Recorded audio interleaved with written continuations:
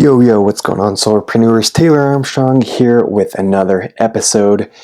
We are recording this pretty late, so sorry if I sound like a zombie here, but today we're going to be talking about how to pick a good area. This is a question I recently got from Instagram. Someone sent me a message saying, Taylor, how do you pick a good area? What are some things you should consider? So I thought, hey, why not do an episode on it? Always looking for new ideas, new content. So appreciate this message from Darren McCravey. Hope I'm saying your name right. Thank you for the topic request. We are always looking for new content ideas and topics to do episodes on. So we're going to be talking about that and a whole lot more today. Welcome to the podcast. If you are new and if you are a returning listener, thank you for returning to listen to the show. As usual, we are here to help you close more deals, generate more leads and referrals, and have a much better time in the solar industry. And like I said, I'm getting to this podcast pretty late. Okay, that's what happens when you procrastinate, but I'm currently on a blitz, actually out in Idaho, Boise, Idaho to be exact, and just procrastinated things. Okay, but I'm like, I'm not going to let that get in the way of coming at you, and hopefully trying to be consistent as possible with the show. Every Tuesday, Friday, we are coming at you with new episodes, new content. Okay, so today probably will be a little bit shorter episode, but still wanted to get in a answer, and we're going to do a part 2 of this. Had some ideas around what you can do when you're starting a new area or perhaps doing a blitz. Okay, so that's going to be a part 2. But today, again, we're going to be talking about how to pick what area to knock and some things you should consider. So the first thing with this, I'm going to go through 4 or 5 points here. Okay, and might think of more, but these are my initial thoughts on it. So the first thought is this: if you are new in solar, then don't pick your areas. Have someone else pick your areas. Okay. What I see over and over is reps overthink things, and in the beginning, every new rep, you should just get out there, have someone pick your area, don't overthink it, and just be getting the reps in. Sometimes I have newer reps just complaining about area, and they want to start implementing all these different knocking strategies when they don't even know how to overcome the basic objections. They haven't put many reps in, and they're already trying to be picky with areas and all that. And I tell this all the time to my new reps that start: you need to get in the reps. Okay, if you are running a marathon and you've not put in the miles, then you just got to get out and run that first mile. Okay, it's the same thing with solar. You need to put in the initial reps, and then you can start picking your own areas. Okay, but I would definitely recommend having someone assign your area in the beginning. Okay, and areas, they do matter in solar. Okay, I used to think that area did not matter, but in solar, I think, there are better areas than others. Okay, I'm not going to be the one that tells you you can have way more success or you can have as much success in any area. Okay, I think area is a factor, probably more so in solar than other door knocking industries, but you should learn how to knock any area. Okay, so that's step number 0. Okay, if you're new, especially if you're new. Okay, and then the first thing to consider, step number 1, is what is your goal? What areas do you like?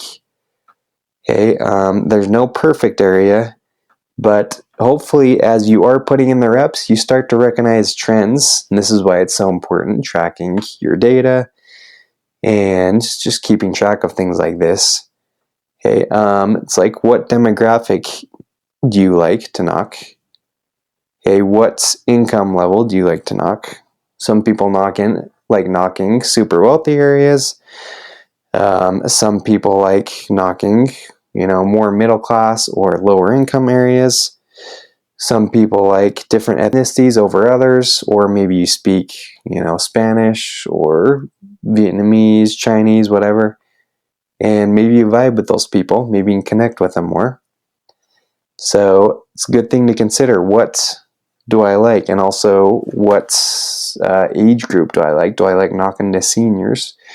Do I like knocking younger people? Okay, and there's a few different websites. I'm trying to remember all of them, but the one that I could remember off the top of my head is city-data.com.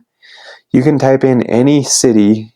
I think it can even filter it by zip code too. And it will tell you just all the stats on any area. Okay, it's going to tell you just, the demographics of that area, what the ethnicities are. So if you tend to favor a certain type of demographic, certain ethnicity, this is a great way to do some research, figure out what's in that area. Okay, and great way to, decide where you want to go based off of that. Okay, we had a guy actually in our office. He closed 50 deals last month. We're probably going to have him on the podcast soon. Shout out to Caesar. But I think a big secret for him is he recognized the area he wanted to hit.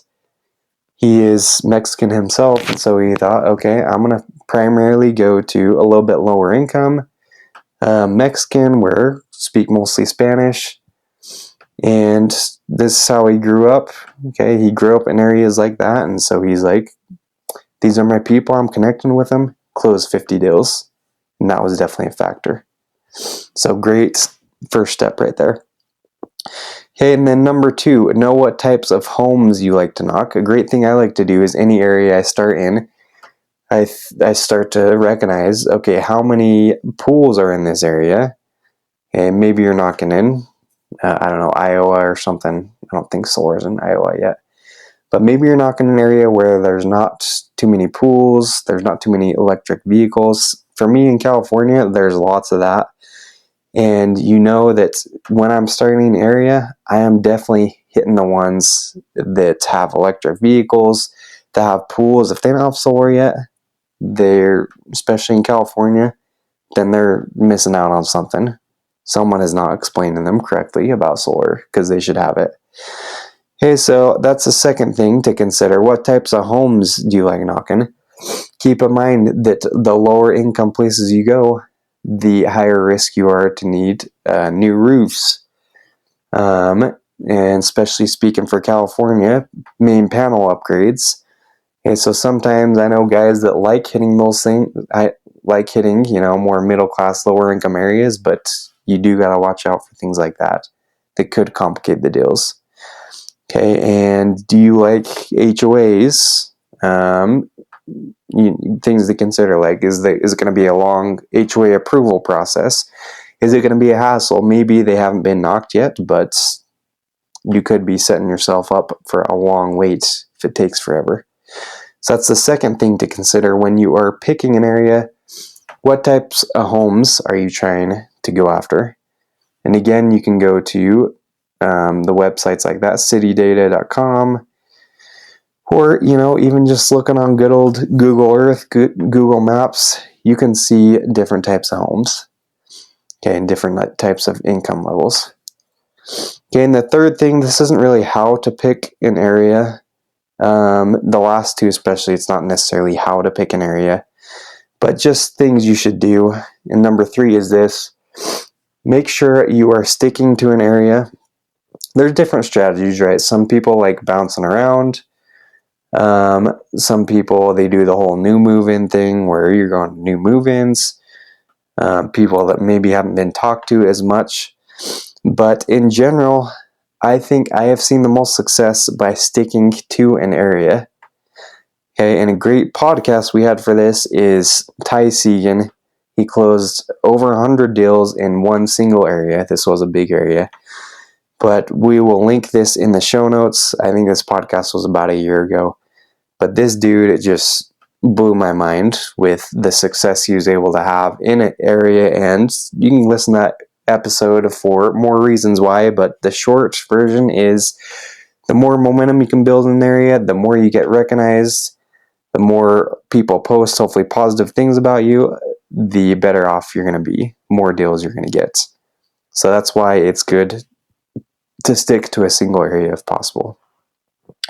And then last but not least, again, this is more not necessarily how to pick an area, but something you should do when you are in an area, is just be smart with it. Okay, I would always have to get after guys for burning through areas super quick. You should try to talk to everyone, like I just mentioned. But also, if you are knocking, let's say, afternoon and evening, it makes no sense. Don't go knock the same doors every afternoon. Okay, maybe you're knocking different doors in the afternoon, then different doors in the evening, re-knocking, then vice versa. Maybe the door you knocked in the evening, you're knocking in the afternoon. Okay, be smart with it. I like to always implement what's, I think this came from the book Door to Door Millionaire. But he talks about the 3-door rule, and that is if you don't talk to someone in 3 doors, then you do whatever it takes to get in front of a homeowner. So I think it's super smart. If you're out knocking in an afternoon, if you are just hitting a ghost town, then I don't know, maybe move areas, just drive door to door, only hit the ones with garage doors open, with cars in the driveway. Do whatever it takes. Make sure you're being extremely efficient with your time. But that's part of being smart with your area. Okay, and we've talked about in the podcast before, maybe during the afternoon, during slower hours, working hours, you can hit up older, places where people are older, retired, who should be home during the day. Okay, a good tip I heard from, I think it's Danny Pesci, is he talked about in the afternoons or in the evenings when you are after, working hours when people should be home. Is that any door you see that's like old folks, maybe they got a handicap sticker, maybe they just scream, retired person living in this home, you mark it on your door knocking app or whatever you're using, and you hit that door in the dead hours of the afternoon or maybe morning. Okay, because that's how you conserve area. That's how you be smart with it. And then you hit the ones that are home in the evenings. Okay, so yeah, just a couple things to consider. There is no magic pill with this. Okay, so maybe people are expecting more, but for Darren that asked this question, hey, you're never gonna find a perfect area, but just consider these things, right? So what demographics do you want? What income do you want? Do your research on citydata.com. What types of homes are you looking to hit? And then just, stick in an area. You can switch it up. I like picking my strategies. Sometimes I like doing the whole drive door-to-door thing. One of my buddies, he did the strategy where I haven't tried this personally, but think it's a great idea. He gets the golf cart and drives on, homes on dirt roads where people haven't been talked to as much.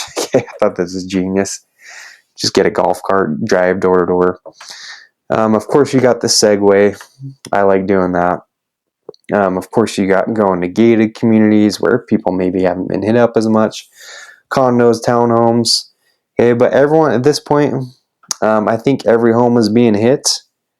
But yeah, obviously there's going to be homes that are less hit than other homes. Okay, so consider those things as you are picking your area. And then the last 2 things we talked about, once you have picked an area, are stick in that area, right? Be like Ty Segan, see if you can get 100 deals in that area, build the momentum. And then the last thing was be smart with your areas. Okay, and those are just some of the thoughts off the top of my head. Okay, next podcast we'll discuss a little bit more on things you can do to just maybe things you should consider when you're on a blitz. I'm knocking here in Idaho, and there's things that I learned just on this blitz of things you should know about your areas, things you should consider as you go into different markets as well. So we'll talk a little bit about that on next episode, but hopefully these are some things that help you when you're trying to pick a good area. There's no magic bullet here, but these things help. Okay. So send this to someone that is trying to find good area. Okay. We got enough area for everybody except in San Diego. Don't come to San Diego. That turf is all mine. Stay out of my hood. I'm just kidding. Hit me up if you want to knock, or if you want an opportunity out in my neck of the woods. But hope you crushed it this week. Hopefully I didn't sound too much like a zombie, and we'll see you guys on the next episode. Peace.